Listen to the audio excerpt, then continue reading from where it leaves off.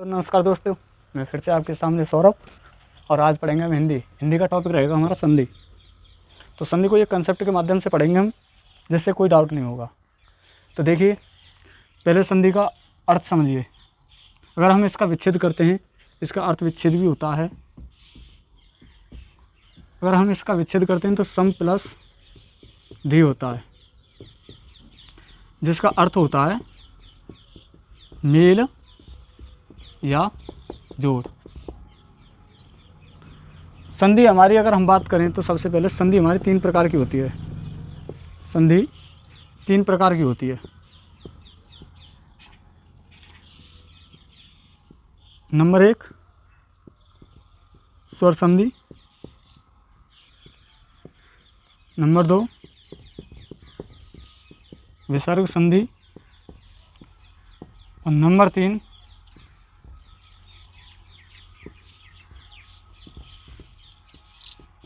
व्यंजन संधि। ये 3 प्रकार की होती है।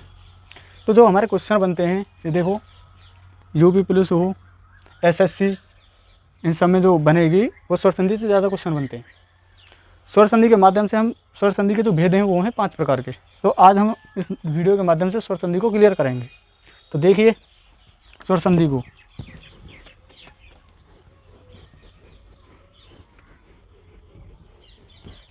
सबसे पहले हम बात करें संधि की, तो स्वर संधि होती है 5 प्रकार की। स्वर संधि होती है 5 प्रकार की। नंबर 1 दीर्घ संधि, गुण संधि, वृद्धि संधि, और नंबर 4 यण संधि, और नंबर 5 होती है हमारी अयाद संधि। ये हमारी 5 प्रकार की होती है। सबसे पहले हम इसमें लेंगे दीर्घ संधि में। दीर्घ संधि में जो स्वर संधि है हमारी, वो स्वर संधि में स्वरों का मेल होता है, स्वरों का ही खेल होता है इसमें। तो देखते हैं एक कंसेप्ट के माध्यम से। स्वर होते हैं हमारे 11।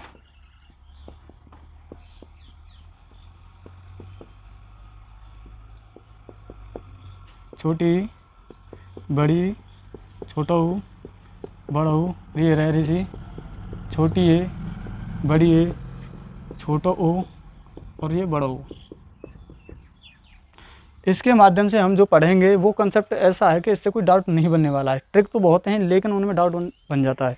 तो देखिए, अगर इस कंसेप्ट पे हम पढ़ेंगे तो इसमें कोई डाउट वाली बात नहीं है। तो देखो, इनको हम 3 भागों में डिवाइड करेंगे। पहला रखेंगे इसमें, दूसरा ग्रुप ये रहेगा हमारा, और तीसरा ग्रुप रहेगा ए। अब इसको हम नाम देंगे, इसको ए, इसका नाम बी, और इसका नाम सी। तो सबसे पहले हम बात करें दीर्घ संधि की। दीर्घ संधि की पहचान पहली बात करें हम, परिभाषा इनकी कोई नहीं पूछता है। पहचान ये होती है कि इसमें दीर्घ स्वर व मूल दीर्घ स्वर, इनका सजातीय मेल होता है। सजातीय मेल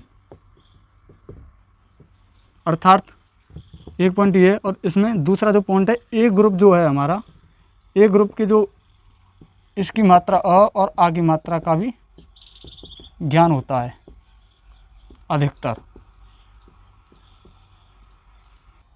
सबसे पहले हम देखेंगे दीर्घ संधि के कुछ उदाहरण का हमको विच्छेद करना है। इसके 2 खंड करने हैं। जैसे कि हमने ले लिया रसायन, तो इसका अगर हम विच्छेद करें तो रस प्लस अयन।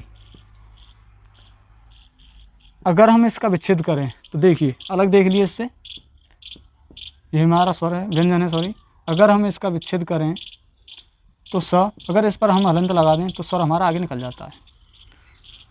तो इसमें प्रथम खंड का अंतिम वर्ण और अंतिम खंड का पहला वर्ण लेना है।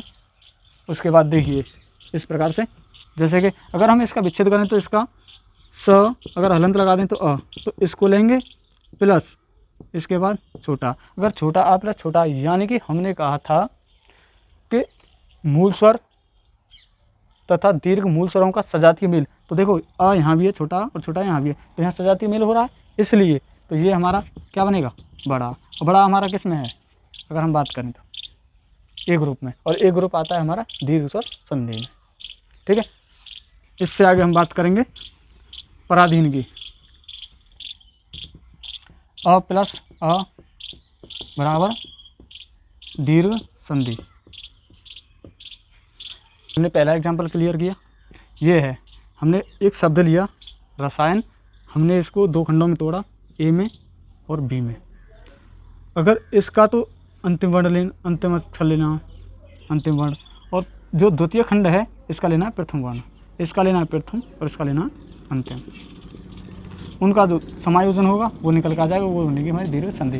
अगर हम छोटा आ प्लस छोटा आ बराबर करेंगे तो ये बनेगा हमारा बड़ा आ, और ये आता है हमारा दीर्घ संधि। ठीक है जी, ऐसे ही इसी माध्यम से हम दूसरे एग्जाम्पल को क्लियर करेंगे। दूसरा एग्जाम्पल है हमारा पराधीन।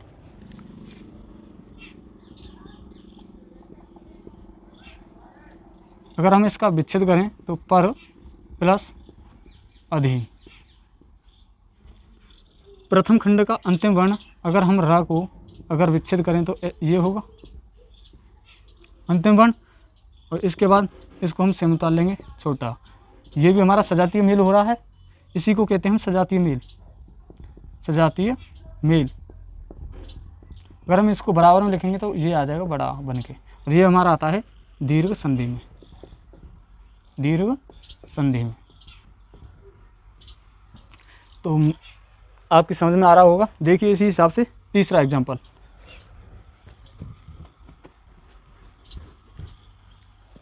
तीसरा एग्जाम्पल है हमारा कपीस।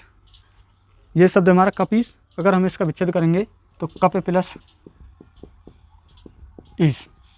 तो अगर इसकी हम बात करें तो अगर इसका विच्छेद करेंगे, हम इसका विच्छेद करेंगे तो छोटी ई निकल कर आएगी प्लस बड़ी। अगर हम इसका विच्छेद करें तो निकल कर, जैसे हमने विच्छेद किया तो हमारा जो बनकर आया था बड़ी, ये भी हमारी किस में आएगी, दीर्घ स्वर संधि में। ये आ जाए या बड़ा आ जाए, बड़ी ई आ जाए, बड़ा ऊ आ जाए, ये सब दीर्घ संधि के थोड़ी सी ट्रिक है, ट्रिक मान लेंगे। अगर इनकी मात्रा का यूज हो रहा है तो समझ लिए दीर्घ संधि है, दीर्घ संधि। तो इसी माध्यम से अब हम अगली को देखेंगे, गुण संधि को।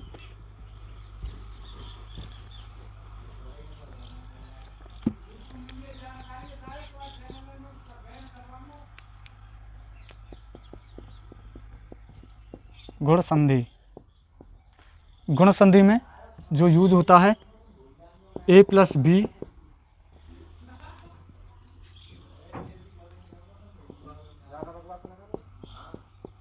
वृद्धि संधि में ए प्लस सी, यण संधि में, यण संधि की बात करें तो बी प्लस अन्य स्वर। अगर हम अयाध्य संधि की बात करें, अयाध्य संधि की, तो सी प्लस अन्य स्वर। अब देखिए हमारी दीर्घ हो गई है, दीर्घ संधि 1 2 3 3 4 और 5। अगर अब हम बात करेंगे गुण संधि की, गुण संधि का जो ग्रुप होगा हमारा, जो पहचान होगी, ट्रिक होगी, कंसेप्ट मान लीजिए या ट्रिक मान लीजिए, पर मैं तो कंसेप्ट मानता हूँ, ट्रिक कोई नहीं है। ए प्लस बी का यदि मेल होगा, ए प्लस बी का यदि मेल होगा तो हमारी बनेगी गुण संधि। जैसे एग्जाम्पल के तरीके से हम देखेंगे, जैसे हम ले लें पहला एग्जाम्पल राकेश। अगर हम इसका विच्छेद करें तो रा का धन ईस। अगर हम देखिए इसी का उसी हिसाब से व्याख्या करनी है, इसकी जो विच्छेद करना है उसी हिसाब से करना है। देखिए अगर हम का अगर विच्छेद करें तो का हरंत प्लस आ, ये आएगा, तो इसका ले लेंगे हम अंतिम वर्ण आ, प्लस ई। हमने कहा था देखिए ये आएगा ए वर्ण में और ये आएगा बी भाग में। तो देखो ए में क्या आया बड़ा और बी में क्या आया बड़ी। तो ए प्लस बी अगर हमारे हुए तो हमारी ये क्या हुई गुण संधि। देखिए अगर हम दूसरे एग्जाम्पल की बात करें तो हमने ले लिया नागेंद्र शब्द ले लिया। अगर हम इसको दो खंडों में डिवाइड करेंगे, इसका विच्छेद करेंगे तो इसका आएगा नाग प्लस इंद्र। तो इसका अंतिम वर्ण ले लें और निकल कर आएगा। विच्छेद करना आपको आ ही गया होगा। देखिए अगर प्लस अगर इसका हम विच्छेद करें तो छोटी, अगर ये आएगा हमारा ए खंड में और ये आएगा हमारा बी खंड में। अगर हम इन दोनों को मिला देंगे तो ये बनेगी हमारी गुण संधि। समझ में आ रहा होगा आपको, मैं समझ रहा हूँ। देखिए अब तीसरा एग्जांपल इसका देखते हैं। जैसे कि मान लिया हमने सूर्योदय है, यदि देखिए गुण संधि में इनमें से एक वर्ण होना चाहिए, ए भाग में से एक वर्ण होना चाहिए और बी भाग में से एक वर्ण होना चाहिए, चाहे हो कोई सा भी। अगर इन दोनों का मेल हो रहा है तो गुण संधि ही होगी। देखिए जैसे सूर्योदय, यदि हम इसका विच्छेद करें तो सूर्य प्लस उदय, इसमें आएगा निकल कर अगर विच्छेद करेंगे अ प्लस इसका आएगा उ। तो ये आएगा हमारा ए में और ये आएगा हमारा बी भाग में। अगर इन दोनों को हम मिला देंगे तो हमारी बनेगी गुण संधि। देख लीजिए आप ऊपर देख लीजिए कंसेप्ट में ए में छोटा आ रहा है और बी में छोटा हुआ आ रहा है, ये दोनों आ रहे हैं देख लीजिए, इसलिए ये हमारी होगी गुण संधि। देखिए अगर हम बात करें हमारी वृद्धि संधि की, हमारी दो क्लियर हो चुकी हैं, अब करेंगे हम तीसरी वृद्धि संधि। वृद्धि संधि में ए का भाग प्लस सी का भाग, इन दोनों भागों का मेल होगा। ये दोनों एक जगह मिलेंगे और मिलकर जो हम इसका एक वर्ण बनाएंगे, एक अक्षर बनाएंगे जिससे हमारा बनेगा वृद्धि संधि। एग्जाम्पल के तरीके से हम देखें तो देखिए जैसे एग्जाम्पल है हमारा एक। अगर हम इसका विच्छेद करें तो एक प्लस एक, अगर हम इसका विच्छेद करें तो इसमें से निकल के आएगा अ प्लस छोटी। तो ये बनेगी हमारी एक प्लस ए छोटी है। यदि जिसमें इसका विच्छेद करने पर बड़ी ए बन रही है और इन दोनों का मेल हो रहा है तो इसलिए हमारी बनेगी ये वृद्धि संधि। वृद्धि संधि अ प्लस छोटी है बराबर बड़ी है। अगर इनका विच्छेद करें तो देखो ये तो ए में आ रहा है और ये हमारा सी में आ रहा है, तो इसलिए ए प्लस सी का दोनों का मेल हो रहा है ए प्लस सी। तो अ इसमें देखिए यहाँ पर आ रहा है, सी में कौन सा आ रहा है देखिए छोटी आ रही है। इन दोनों का मिलेंगे तो बड़ी है और बड़ी ए की मात्रा जो हमारी आएगी वो आएगी हमारी वृद्धि संधि में। ऐसे ही हम अगला एग्जाम्पल देखते हैं।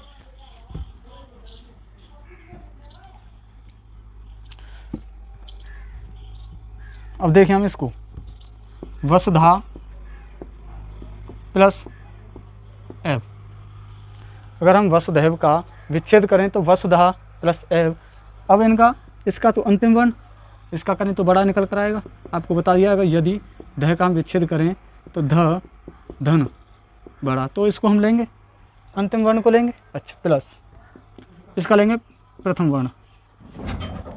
प्रथम वर्ण की बात करें हम तो देखिए अगर हम इसको बड़ा प्लस छोटी को मिलाएंगे तो बड़ी ए में हमारी जो बनेगी हमारी वृद्धि सर संधि।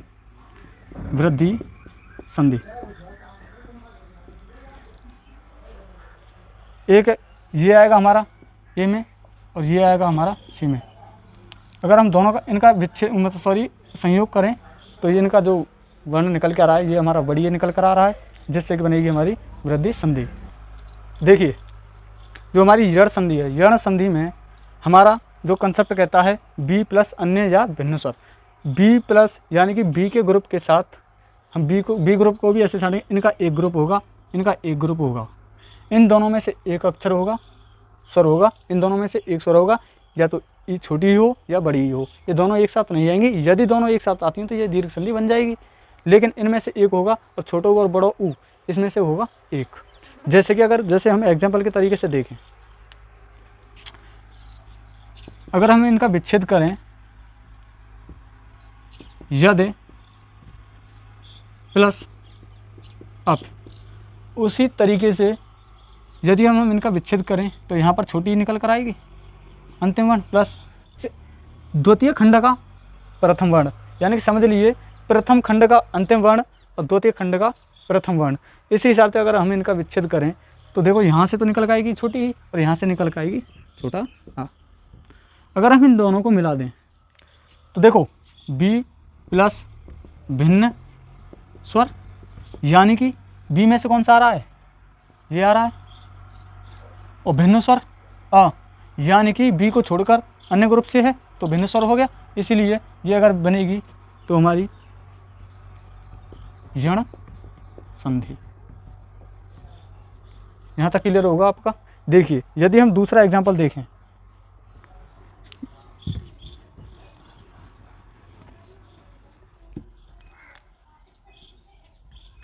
दूसरा एग्जाम्पल है हमारा प्रत्येक। अगर हम इसका विच्छेद करें तो प्रत्यय प्लस एक, इसका विच्छेद करें तो छोटी ई प्लस छोटी ए। ये तो हमारा आ रहा है बी ग्रुप में। अगर हम इसकी बात करें तो ये आ रहा है बी ग्रुप में और ये आ रहा है भिन्न स्वर, यानी कि अन्य ग्रुप में। यदि हम इन दोनों का मेल कर दें तो हमारी बनेगी यण संधि। तो एग्जाम्पल बता दिया आपको, समझ में भी आ गया होगा। थोड़ी सी इसकी ट्रिक देखें हम तो इसमें य व र इन तीनों से पहले आधा अक्षर आएगा। जैसे प्रत्येक, अत्यधिक, न्यून, इस हिसाब से हमारे शब्द आएंगे जिससे हमारी यण संधि होती है। जिसको हम ट्रिक मान लेंगे, ये ट्रिक हमारी काम करती है। ऐसे जैसे य व र इनसे पहले हमारा आधा अक्षर आएगा जो आएगा हमारा यण स्वर संधि में। तो देखिए इसी हिसाब से हम अयादि संधि को क्लियर करेंगे। सबसे पहले वो लास्ट संधि है हमारी। और देखिए इसका जो हमारा ट्रिक जो बताया था, सी प्लस भिन्न स्वर, सी ग्रुप का दो ग्रुप बनाएंगे हम, इनको एक में रखेंगे, इनको एक में रखेंगे। इनमें से एक वर्ण होगा, स्वर होगा, और इनमें से भी एक स्वर होगा। ये दोनों एक साथ नहीं होंगे। देखिए जैसे हमने एग्जांपल ले लें हम पावन, तो इसका विच्छेद करने पर पो धन अन आएगा। इसमें छोटो ओ प्लस छोटो अ। तो देखिए ये तो हमारा सी ग्रुप का है प्लस ये है हमारा अन्य 9 स्वरों में से, अन्य 9 स्वरों में से, यानी कि एक आए तो इसका मतलब अन्य स्वर है। ये अन्य स्वर, सी को छोड़कर बाकी जो होंगे वो अन्य स्वर होंगे, अन्य स्वर। तो अगर हम इन दोनों को मिला देंगे, इन दोनों को मिलाने से जो हमारी मिलेगी वो बनेगी हमारी अयाद संधि। इसी हिसाब से हम दूसरा एग्जांपल लेंगे तो देखिए दूसरा जो एग्जांपल है हमारा नयन। दूसरा एग्जांपल जो है हमारा नयन, इसका विच्छेद करें तो ने धन अन। इसमें से छोटी ये निकल कर आएगी प्लस इसमें से आएगा छोटा आ निकल कर। अगर हम ये देखिए ये सी ग्रुप का है हमारा धन, ये हमारा क्या है अन्य स्वर, अन्य स्वर। इन दोनों को मिलाकर जो हमारी संधि बनेगी वो बनेगी हमारी अयादि संधि। देखिए आपकी समझ में आ रहा होगा, अच्छी तरह से आ रहा होगा। यदि कोई दिक्कत है तो आप कमेंट बॉक्स में बता सकते हैं। और जो हमारा चैनल है टैलेंट क्लासेस 9166, यहाँ पर लिख देता हूँ टैलेंट क्लासेस 9166। इसको थोड़ा सपोर्ट मिलेगा हमको आपसे भी, इसको मतलब शेयर ज़्यादा से ज़्यादा करें। इसी के बाद एक एग्जांपल और लेने के बाद हमारी जो क्लास होगी आज यहीं तक होगी। जो हम संधि के बारे में जो बात करेंगे वो अगली क्लास के माध्यम से करेंगे। देखिए एक एग्जांपल और है हमारा,